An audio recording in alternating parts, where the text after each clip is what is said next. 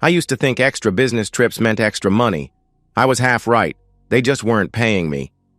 My name is Jonas Hartwell, and for 8 years I thought I had the kind of marriage other men envied. Elin was beautiful, supportive, and seemed genuinely happy with our life together.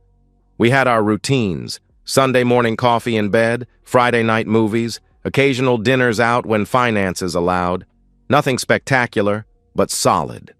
The first crack came disguised as opportunity. Mikko Larsson arrived at our consulting firm like a breath of fresh air, all Nordic confidence and ambitious energy. At 38, he was only 3 years older than me, but carried himself like a man destined for corner offices. "Jonas," he said after a staff meeting, "I've been reviewing personnel files. Your client satisfaction scores are impressive." "Thank you, sir," I replied.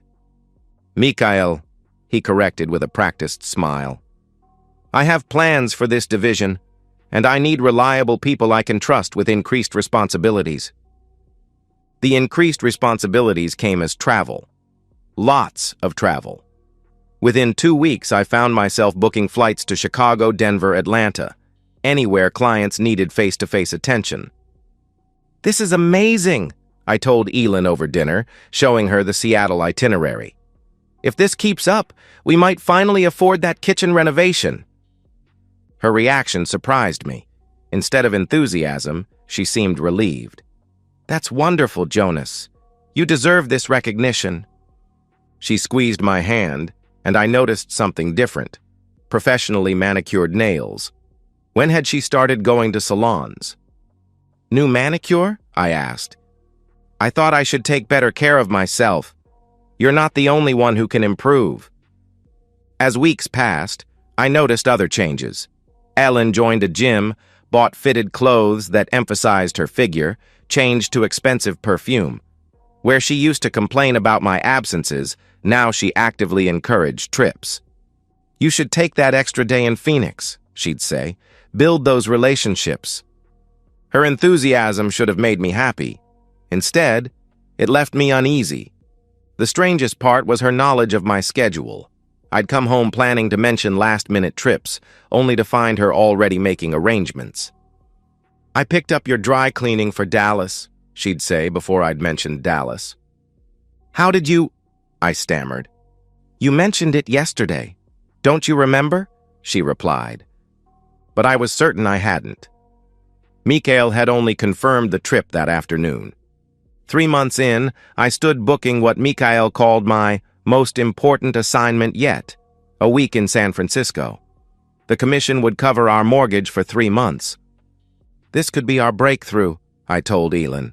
"Mikael said if I handle this right, the promotion is practically guaranteed." "That's wonderful." She massaged my shoulders. "When do you leave?" "Monday morning.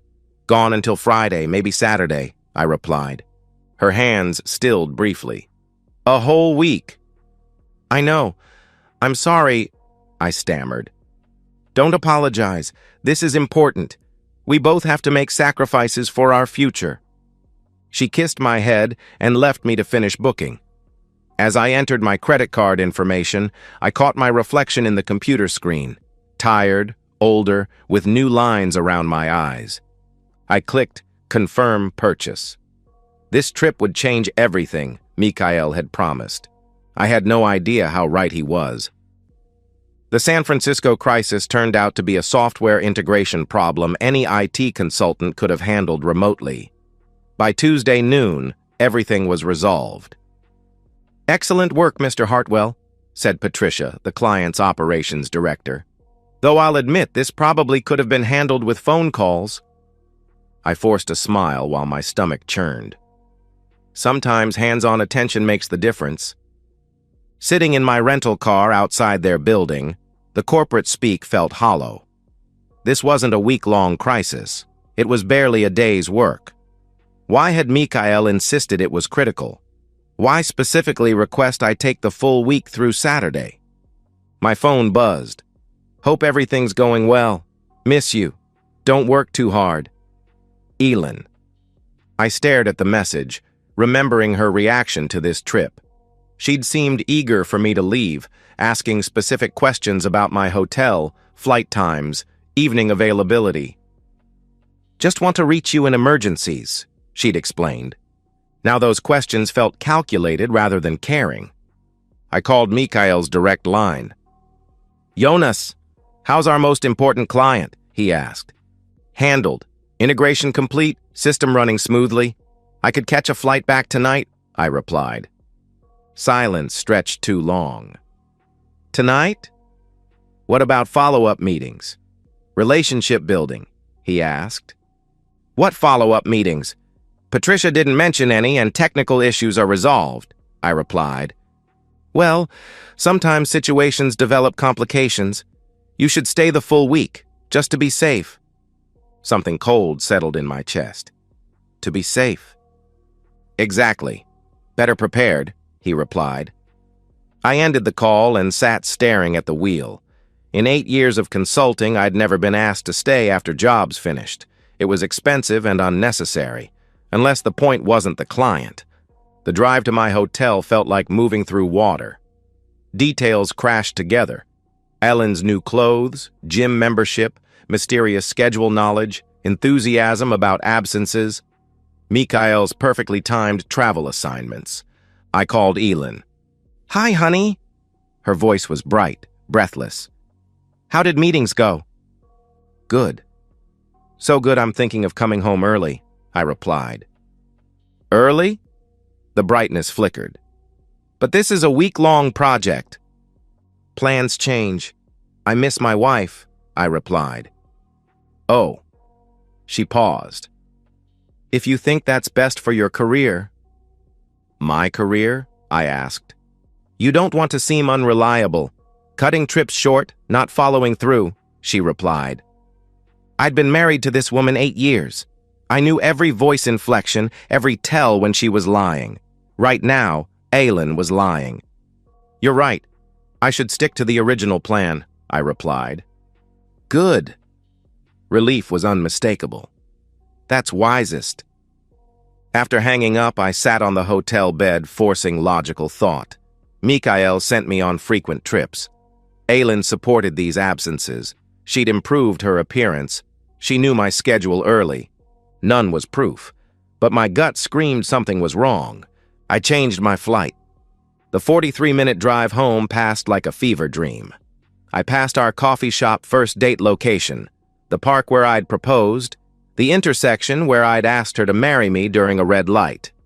It was 3:17 p.m. Wednesday when I turned onto Maple Street. Everything looked normal. Neat lawns, American flags, the Pattersons' garden gnomes. Mikhail's silver BMW sat in my driveway. I parked across the street, heart hammering. There could be explanations, work emergencies, misunderstandings. But I knew better. I pulled out my phone and started recording. If wrong, I'd delete it. If right, I'd need evidence. The front door was unlocked. I slipped inside like a burglar, every floorboard creak unnaturally loud. The living room showed recent occupation, 2 wine glasses, Elin's shoes by the couch. Voices drifted from upstairs. Elin's laugh, bright and unguarded. Mikhail's rumble making her laugh again. I climbed stairs one at a time, phone recording, my world narrowing to sounds from my bedroom. The door was cracked, afternoon light leaking through. Through that gap, I saw my wife's back, hair spilling over bare shoulders as she moved above a man who wasn't me. Mikhail's hands gripped her waist, wedding ring catching light. "God, I missed this," Elin gasped. "A whole week felt like forever." "Worth the wait," Mikhail replied. "Your husband made it easy, taking that California trip." They laughed. Conspirators sharing jokes about fooling me. I stood outside my bedroom door, recording my marriage's death, feeling something fundamental break. Not just my heart, but something deeper. The part that trusted completely, loved without reservation. That man died in the hallway. What emerged was colder, more calculating. Someone who would make them pay. I kicked the door open hard enough to slam it against the wall. They separated like they'd been electrocuted, Aylin scrambling for sheets, Mikhail rolling off the bed. For a frozen moment, we stared, me in the doorway with my recording phone, them naked and tangled in bedding that smelled like betrayal. "Jonas!" Aylin's voice cracked. "You're supposed to be in California!" Mikhail found his voice first. Even naked and caught, he tried taking control. "Now, Jonas, I know this looks—" I interrupted him. "Like you're having intimacy with my wife in my house on my bed, because that's exactly what it looks like." "It's not what you think!" Aylin wrapped the sheet around herself, tears streaming. "This just happened. It doesn't mean anything." I almost laughed. After months of planning, convenient trips, her new appearance, obvious coordination, she wanted me believing this was spontaneous. "Just happened?" I stepped forward, and Mikhail flinched. "Like all those business trips just happened to coincide with your sudden enthusiasm for my absence?" Mikhail scrambled for clothes. "This is clearly a misunderstanding," he stammered. "The only misunderstanding was thinking you were both smarter than you are." I kept recording as he struggled into pants. "Tell me, Mikhail, how many other husbands have you sent on convenient business trips?" His face paled. "I don't know what you're implying." "I'm stating directly, you're a predator who manipulates employees to pursue their wives," I roared. "That's ridiculous. You're upset, not thinking clearly." I moved faster than planned. One moment by the door, next I had him by the throat against the wall, feet barely touching floor. 8 years of gym membership suddenly paid dividends. "Jonas, stop!" Aylin screamed. "Here's what happens," I said quietly, face inches from his. "You get dressed, walk out, and never set foot on my property again. Because if I see you here again, I won't be as reasonable." I released him and he stumbled, gasping. His confident mask slipped completely, revealing the coward underneath. He grabbed clothes without looking at Aylin. I followed downstairs, phone recording, and opened the front door. "Don't forget your keys." He fumbled for them, hands shaking. As he reached for the handle, I grabbed his wrist. "One more thing." I smiled and he flinched. "You should update your resume." I slammed the door and turned to find Ellen at the stairs, wrapped in our sheets. "Jonas, please, let me explain." "Explain what?" "How you've been planning this for months? Lying to my face daily?" I asked. She descended slowly, tears streaming. "It wasn't supposed to happen like this. Feelings developed." "Feelings." I stopped recording. "Is that what you call systematically deceiving your husband?" "I never meant to hurt you," he pleaded. "But you did anyway." I walked to the kitchen. She followed, clutching the sheet. "It was a mistake. We can work through this. Go to counseling." I cut her off. "Work through this?" I faced her, and she stepped back at my expression. "Aylin, you didn't slip and fall onto another man's dick. You planned this. You coordinated affairs around my schedule. You've been living a double life." "People make mistakes," she pleaded. "When have I cheated on you? When have I lied? When have I betrayed every promise I made?" She couldn't answer because we both knew the truth.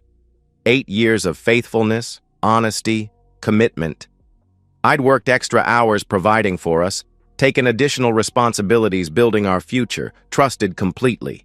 She'd used that trust as a weapon. "I'm staying in the guest room tonight. Tomorrow I'm calling a lawyer." "Jonas, no! We can fix this," she once again pleaded. But I was already walking away, pulling out my phone for the first of many calls that would dismantle our life together. Some betrayals cut so deep they sever trust permanently. Closing the guest room door, I realized I didn't want to fix this. I wanted to burn it down and build something better from ashes, starting with making them both pay. Sarah Mitchell's office occupied the 32nd floor downtown, all glass and chrome with views that reminded you money could buy almost anything, including justice. Mr. Hartwell. She extended a manicured hand. David Kowalski speaks highly of you. Sarah was exactly what Dave promised. Sharp, well-dressed, radiating confidence from winning battles other lawyers wouldn't take. I understand you have documentation. I placed my phone on her desk. Video evidence of my wife committing adultery with my supervisor, recorded 3 days ago in our home. She watched without flinching, making notes. When finished, she leaned back. Excellent evidence. Clear adultery, premeditation evident from their conversation. This puts you in very strong position. She tapped her pen. Tell me about assets. House jointly owned, mortgage nearly paid, joint accounts roughly $40,000, my 401k, her smaller retirement, both cars paid for, I replied. Children? She asked. No, I replied. Good. Simplifies things. More notes. Employment situation? She asked.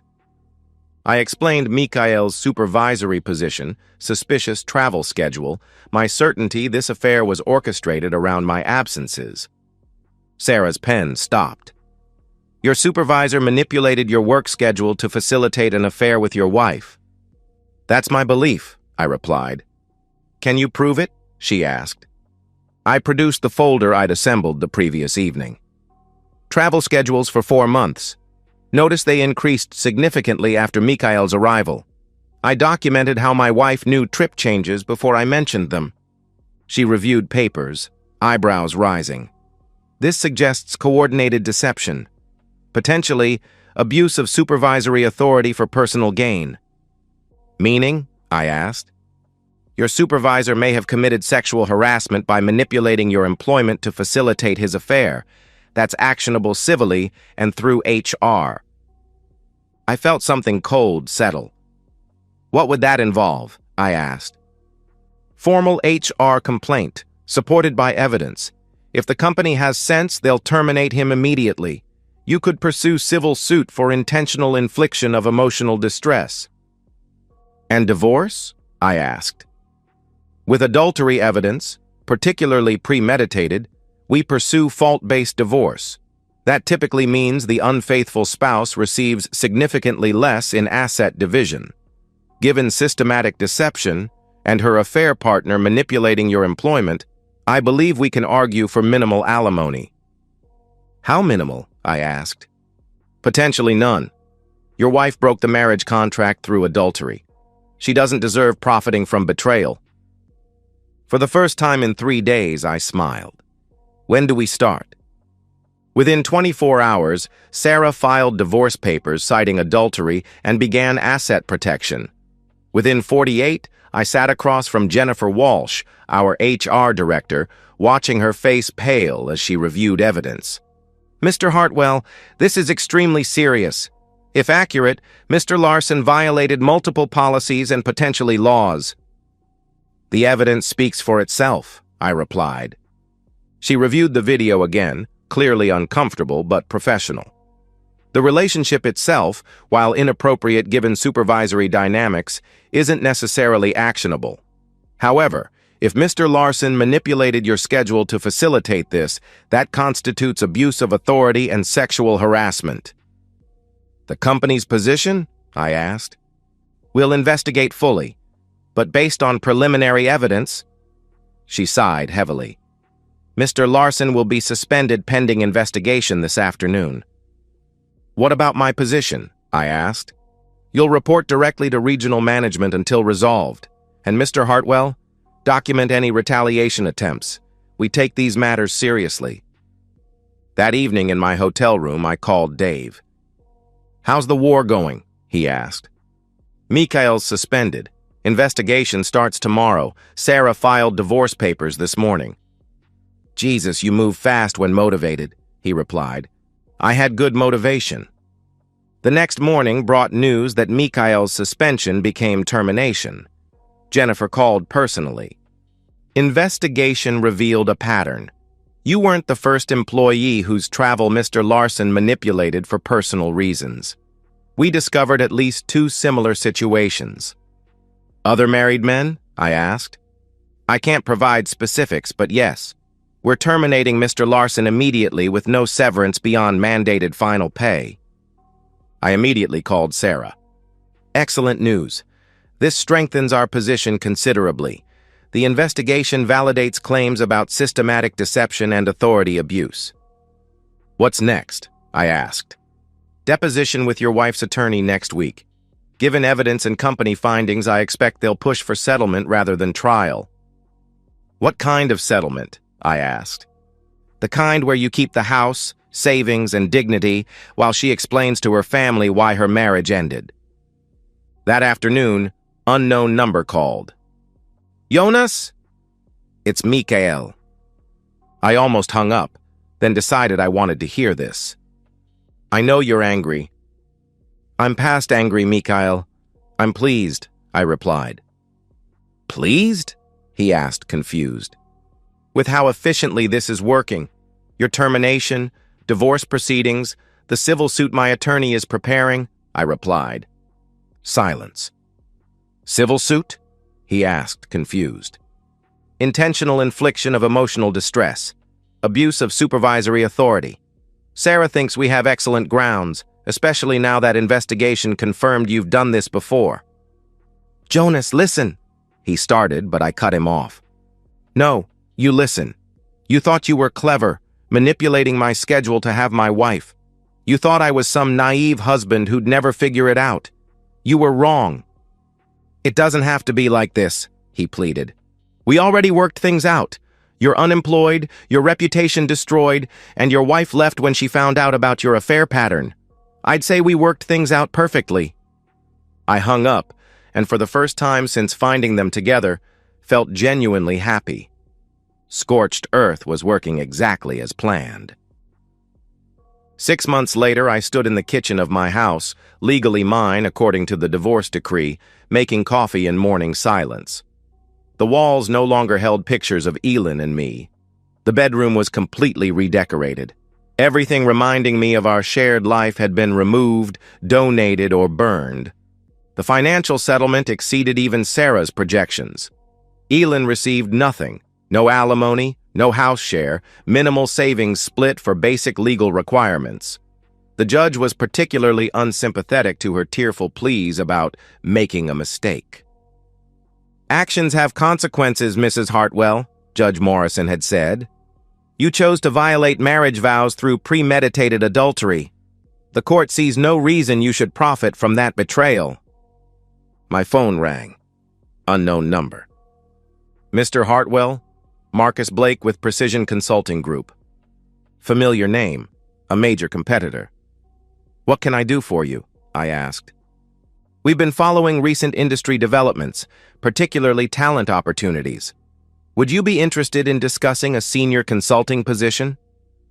Interesting. Mikael's termination and surrounding scandal had reached the broader consulting community. What kind of position? I asked. Regional Director, West Coast Operations, significant salary increase, full relocation package if desired, complete autonomy over your client portfolio. Perfect irony. Mikael's attempt to advance his career by manipulating mine ultimately led to me being offered his dream job with a better company. I'd be interested in hearing more. After hanging up, I walked through the house that was entirely mine. Guest room became home office. Living room reflected my tastes rather than compromises. Everything clean, organized, peaceful. My phone buzzed with unknown number text. Jonas, it's Elin. I know you blocked my other numbers, but please read this. Curiosity 1. I've been working 2 jobs to pay rent. Living in a studio apartment. I know I deserve this, but I want you to know I'm genuinely sorry. Not because of consequences, but because I genuinely loved you and threw it away for something that wasn't real. I hope you find happiness. I read twice, waiting for emotional response. Satisfaction, anger, even pity. Instead, nothing. The woman who'd sent this was a stranger. The Elin I'd loved probably never existed. I deleted the message and blocked the number. That evening, I had dinner with Dave and Linda at their favorite restaurant. Sarah joined us.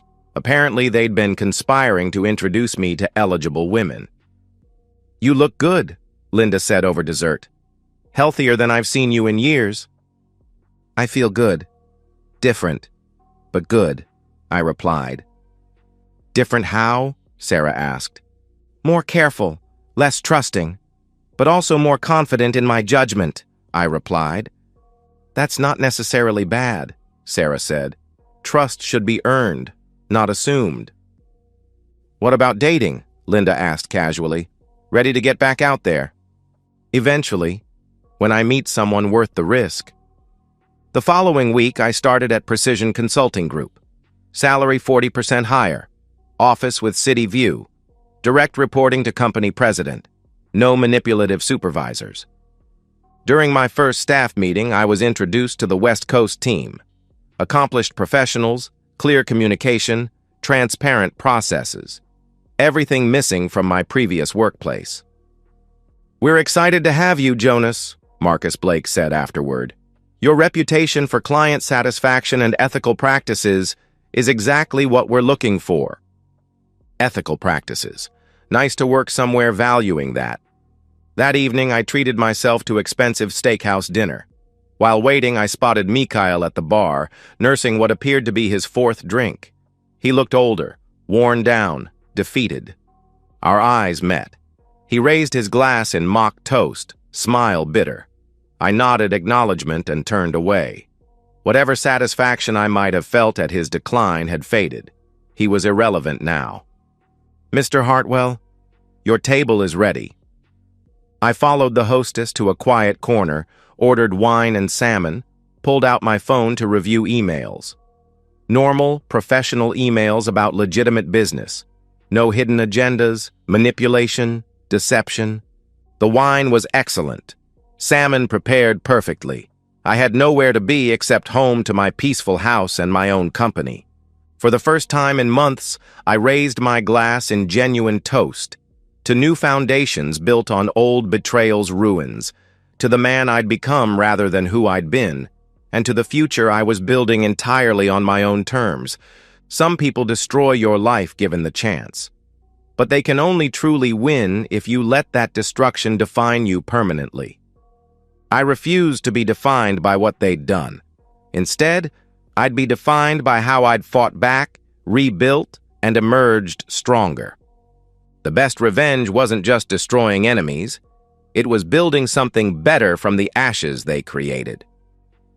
6 months later, I found the last box of photographs while cleaning out the basement. Wedding pictures, vacation snapshots, 8 years of documented lies disguised as happiness. Instead of anger, I felt only detachment. The man in those pictures seemed like someone I'd known briefly, naive, trusting, unprepared for reality. Not someone I particularly missed being. I carried the box to my backyard fire pit and fed the photographs to the flames one by one. Our honeymoon in Maui, Christmas mornings, the day we'd bought this house.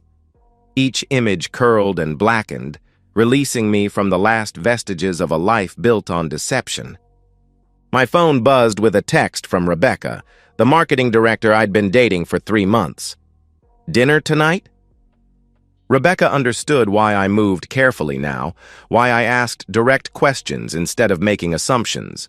She called it healthy skepticism, rather than paranoia, which I appreciated. The fire died to embers as the sun set. Tomorrow I'd rake the ashes into the garden where they'd fertilize something new. Tonight, I'd take Rebecca to dinner and enjoy the company of someone who understood that relationships worked best when both people chose honesty. Mikhail was unemployed, his reputation destroyed. Aylin worked 2 jobs to afford a studio apartment. I was expanding my consulting practice, dating an honest woman, and sleeping peacefully in a house I owned outright. Some betrayals change your fundamental nature, not necessarily for worse, but definitely forever. They'd tried to destroy my life and instead forced me to build a better one. That made me the clear winner. And so, we've reached the end of today's story. Was it what you expected, or did it take a twist you didn't see coming? I'm curious to hear your thoughts. Share them in the comments below, and let's get a conversation going.